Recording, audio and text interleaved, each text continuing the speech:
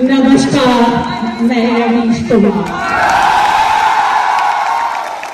तो मैं ज़्यादातर लोगों से, यंग लोगों से पूछता था कि यार मन कर रहा है कि नौकरी छोड़ दें, तो कहता था हाँ भैया छोड़ दीजिएगा। छोड़िए इसका अदानी फदानी का नौकरी करके क्या करेंगे, चल आइएगा यहाँ गांव में हम लोग यूट्यूब चलाएंगे।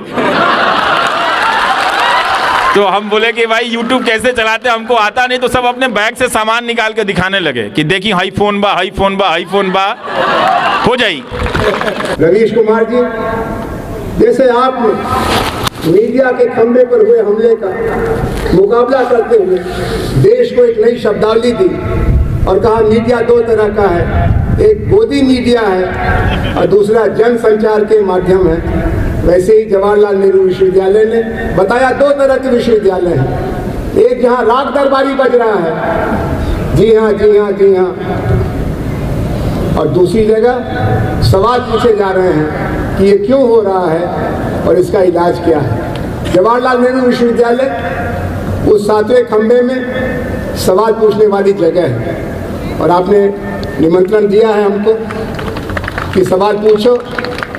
तो पहला सवाल तो यही बनता है कि क्या कारण हुआ कि आपने हिंदुस्तान के सबसे महत्वपूर्ण चैनल को कई दर्जन एपिसोड भारत की शिक्षा व्यवस्था के खोखलेपन के बारे में जागृत करने के लिए, जागने के लिए बनाया। ये शिक्षा की आपके हिसाब से क्या तस्वीर है और इस तस्वीर को बेहतर बनाने के लिए आपकी निगाह में क्या करना चाहिए? भाई रवीश कुमार जी। शुक्रिया।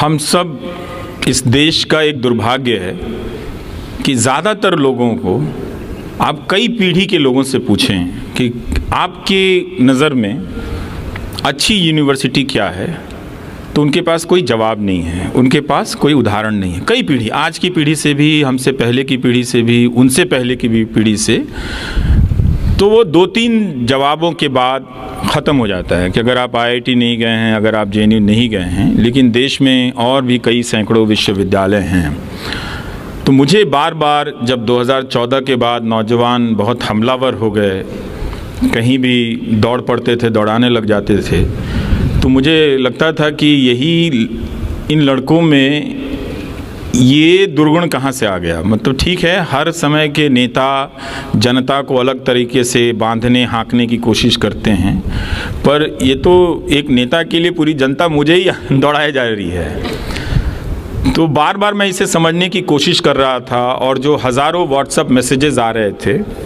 उन सब को पढ़ते हुए लगा कि ये क्लिक क्यों कर रहा है, इसको लिखने वाला कौन है।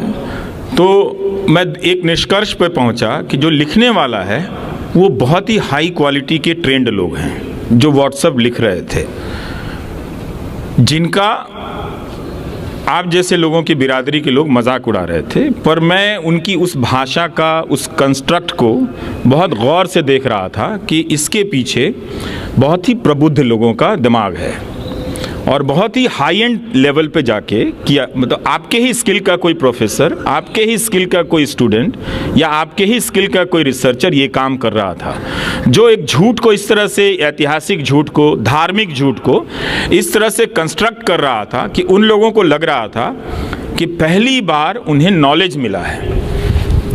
तब बात मुझे समझ में आई कि ज्ञान का अंतर या ज्ञान की असमानता इस देश में आर्थिक असमानता से भी ज़्यादा है। हम और आप में पैसे का बहुत फासला हो सकता है, आप छात्रों के बीच भी पैसे का बहुत फासला हो सकता है। चूँकि आप JNU में हैं तो आप सभी का एक स्तर है, तो वो वहाँ भी फासला है, मगर उन फासलों में काफ़ी अंतर है, बहुत कम दूरियाँ हैं। लेकिन जैसे ही आप यहाँ से बलरामपुर की किसी यूनिवर्सिटी के छात्र या मोतिहारी के यूनिवर्सिटी के MS कॉलेज के किसी छात्र के नॉलेज से आप तुलना करें या मगध यूनिवर्सिटी के किसी छात्र के नॉलेज से तुलना करें, तो ज्ञान की असमानता वो भयानक है। तो हमने उन छात्रों को ये कभी पता ही नहीं चलने दिया, उनके बाप दादाओं को भी नहीं, उनको भी नहीं, कि आपके इलाके में जो कॉलेज है, जो यूनिवर्सिटी है, वो खंडहर है। हज़ारों के हज़ारों छात्र हर साल पास होकर निकलते रहे, पर उन्हें पता ही नहीं चला कि अच्छी मिठाई होती क्या है, तो वो स्वाद नहीं दिया गया।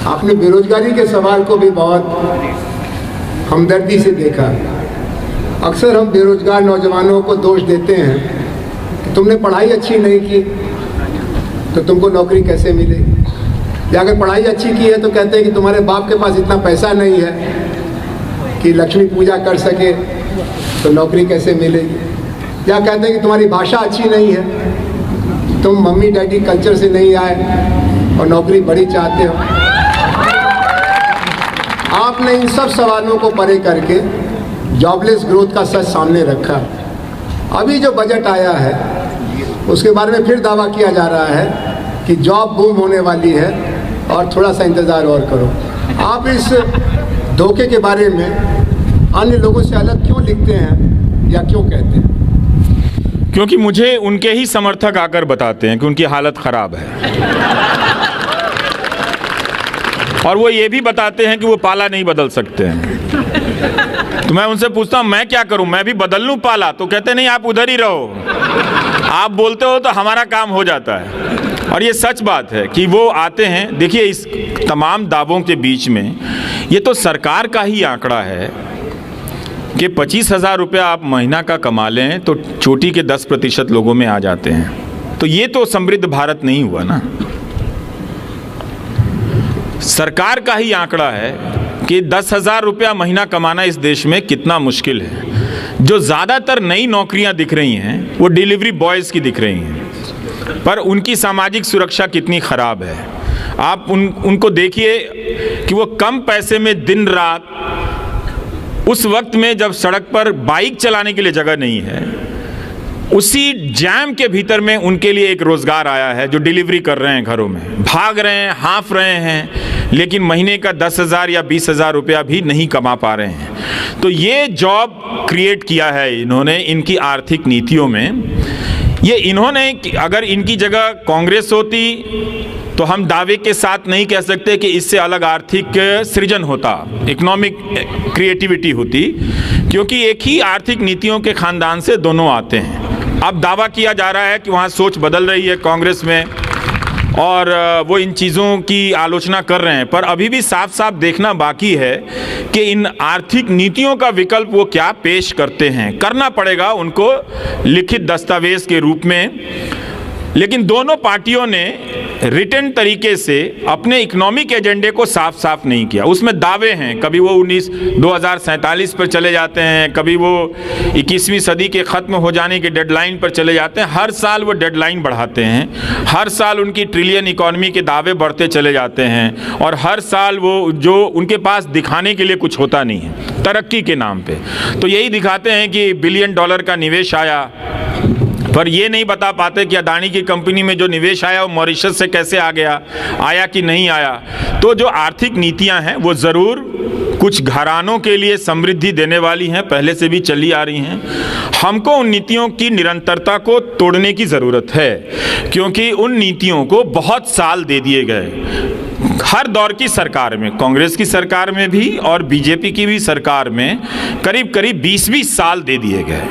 अगर आप वाजपेयी सरकार का भी मिला लें, मोदी सरकार का भी मिला लें, तो दोनों तरफ 15 से 20 साल का मिला के कोई 90 से लेकर अब तक कोई 30 साल से ज़्यादा का वक्त दे दिया गया। और इस वक्त उन नीतियों से ज़रूर समाज में कुछ समृद्धि आई है, कुछ बढ़ोतरी हुई है, लेकिन अंत में जाकर यही दिखता है कि कोई 25,000 रुपया भी कमा नहीं पाता है। तो इन चीज़ों की बात आप कैसे करेंगे? अब मुश्किल ये है कि इन चीज़ों की बात करना भी सरकार के खिलाफ बात करना हो गया है। कोई भी बात आप करें तो उसकी डिज़ाइन ऐसे की जाती है कि आप सरकार के खिलाफ बात कर रहे हैं, लेकिन ये तो जनता के हक की बात है कि आखिर कब तक लोग 10,000 या 15,000 की नौकरी करने के योग्य होंगे। 2021 या 22 में तो ये डेटा है कि 12,000 से ज़्यादा बिजनेसमैन ने सुसाइड किया है। अदानी राष्ट्रवाद, एक नया राष्ट्रवाद आया है, अदानी नेशनलिज्म। हमसे पहले कहा गया कि आपको इंडिया को डिफेंड करना है, तो चलो भाई इंडिया को डिफेंड करते हैं, चाहे जिसी भी वजह से करते हो। अब कहा जा रहा है कि इंडिया को डिफेंड करना है तो पहले अदानी को डिफेंड करना पड़ेगा। तो वो सारे न्यूज़ चैनल कह रहे हैं कि भारत पर हमला हो गया है, पर वो सारे न्यूज़ चैनल तब तो नहीं कह रहे थे कि 12,000 इसी देश के बिजनेसमैन जब अलग अलग कारणों से बिजनेस डूबने के कारण सुसाइड कर रहे थे, ऐसा तो नहीं हो सकता कि वो सुसाइड करने वाले सारे कांग्रेस के वोटर होंगे या सारे कोई लेफ्ट के वोटर होंगे। उनके भी वोटर होंगे, उनके भी समर्थक रहे होंगे, पर ये कैसी राजनीति है कि उनकी पार्टी के व्यापार मंडल भी, व्यापार मोर्चा भी अपने कारोबारियों की आत्महत्या पर बोल नहीं पाया। आप सोचिए, आप तो फिर भी बोल रहे हैं, लेकिन उनके समर्थक होने की कीमत कितनी बड़ी है कि उनकी बिरादरी के लोग सुसाइड कर रहे हैं। और कोई भी इस देश में बिजनेसमैन या बिजनेस का कोई भी संगठन ये बात कहने की हिम्मत नहीं रखता है कि इतने सारे व्यापारी, अगर आपकी नीतियां हैं, 20 लाख करोड़ के लोन का ऐलान किया गया था कोरोना के समय, वो लोन किसको गया, कहां गया, कैसे बटा कि ये 12,000 लोगों को सुसाइड करनी पड़ी। तो आप अपनी बिरादरी के, अपने संगठन के सदस्यों के प्रति भी ईमानदार नहीं हो पाते हैं, उनके मरने पर भी आवाज़ नहीं उठा पाते हैं। तो ऐसा लोकतंत्र तो क्यों चाहिए? और इस लोकतंत्र का क्या करना है फिर? ये तो ये लोकतंत्र नहीं है ना कि आप उनके सपोर्टर हैं, उनके लिए चंदा जुटाते हैं, मगर आपका साथी, उसको लोन नहीं मिला और वो सुसाइड करता, आप बोल नहीं पाते हैं, और फिर आपको अदानी के लिए झंडा लेकर निकलना पड़ता है, जो अदानी और जिनका जो साम्राज्य है एक दिन आपके ही बिजनेस को निगलने वाला है। और जो भी नेशनलिज्म का रूप होगा, कम से कम किसी भी नेशनलिज्म की परिभाषा में ये फिट नहीं बैठता है कि आप गौतम अदानी को डिफेंड करने जाएं। किसी भी नेशनलिज्म की परिभाषा में नहीं फिट बैठता है। आप नेशनलिज्म की परिभाषा से, उससे प्रेरित होकर उद्योग धंधे स्थापित कर सकते हैं। इतिहास में लोगों ने किया है, नए नए ब्रांड बनाए हैं, और वो सारे ब्रांड देश और देश के राष्ट्रवाद की पहचान भी बने हैं। लेकिन गौतम अदानी कहीं से भी इस देश की पहचान नहीं है। एक छोटी सी रिपोर्ट से आप देखिए उनका साम्राज्य ढह गया, एक छोटी सी रिपोर्ट से ना। वरना तो भारत में अगर कोई पत्रकार लिख दे तो मानहानि कर देते थे। मैं तो सोच रहा था कि अदानी मानहानि एंटरप्राइजेस कंपनी का नाम बनाएंगे ये अलग। अब अगर इन्हें अगर मानहानि करनी होगी तो एक कंपनी बनानी होगी, एक सीईओ, मानहानि सीईओ डिफेमेशन रखना होगा, जो तमाम तरह के पत्रकारों को मानहानि के दायरे में लाता रहेगा, केस करता रहेगा। तो हम सबको इन सब आर्थिक असमानताओं को और ज्ञान की असमानता को मुझे लगता है कि सबसे ऊपर रखने की ज़रूरत है। उसके बाद आर्थिक असमानता है और उसके साथ साथ सामाजिक असमानता भी है, वो उस आर्थिक असमानता के दायरे में है। लेकिन ज्ञान की असमानता के मारे तो हमारे वही लोग ज़्यादा हैं जो सामाजिक असमानता का दंश झेल रहे हैं। तो इन तीनों असमानताओं की पहचान करें और कोई रास्ता निकालें। असल में आप लोगों ने जो काम किया वो ये कि रवीश कुमार जी की अगली किताब के लिए अलग अलग चैप्टर के लिए सवाल दे दिए। ये 100 सवाल करीब आ गए हैं। तो एक टुकड़ा ये अभी भारत की राजनीति और राष्ट्र निर्माण की रणनीति के बारे में, इसके बाद मीडिया कल्चर के बारे में, और इसके बाद इनकी पर्सनल जो ट्रेजेक्ट्री बन रही है उसमें इनको साहस कहाँ से मिल रहा है, उसमें ये तन के खड़े क्यों हैं, ये झुक के चल क्यों नहीं रहे हैं, ये रेंग क्यों नहीं रहे हैं, ये उनका चप्पल अपने सिर पर लेके घूम क्यों नहीं रहे हैं, ये सवाल है। तो हमने आपसे पूछा कि बहुत सारे सवाल आए हैं इस सवाल के बारे में कि सेकुलर मुल्क कैसा होना चाहिए, और भारत में जो धार्मिक विविधता है उसमें क्या सेकुलरिज्म और बीइंग एंटी हिंदू एक दूसरे के करीब आ गया। बहुत अच्छा सवाल है, सब सवाल ही अच्छे हैं, लेकिन मुझे वो अच्छा लग रहा है जो लोग पेड़ के नीचे खड़े होकर सुन रहे हैं, क्योंकि मैंने ज़्यादातर रैलियों को पेड़ के नीचे ही खड़े होकर सुना है। तो मुझे आज यहाँ अच्छा नहीं लग रहा है कि यहाँ कोई और बोल रहा होता, मैं वहाँ होता। ज़रूर